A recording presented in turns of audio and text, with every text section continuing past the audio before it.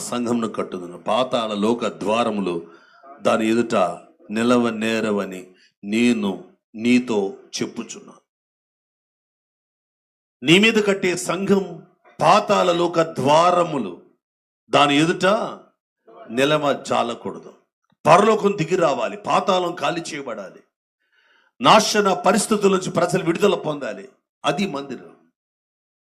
అది ఏ భయంకరమైన శాపమైన ఆ ప్రాంతంలో, ఆ ప్రాంతానికి రాగానే, మందిరంలోకి రాగానే, ఆ ప్రజలు ఆ దేవుని స్థానికి రాగానే విడుదల పొందుతారు. ఎందుకంటే మా తండ్రి గారు నరసింహమూర్తి, మన తల్లి గారు నరసమ్మ గారు, నా పేరు శ్రీను, మా అక్క ఒక అక్క పేరు వెంకటలక్ష్మి, ఒక అక్క పేరు లక్ష్మి, ఒక అక్క పేరు సీతారత్నం. మేము ఆ జీవితం భయంకర పూజలు పునస్కారాలు. మా పిల్లలకి బైబిల్ తెలుసు, లోకం తెలీదు. కానీ మాకు లోకం నుంచి వచ్చాం. మా తాతలు, మా ఫోర్ ఫాదర్స్ అందరు కూడా భయంకర నిగ్రహార్థికులు.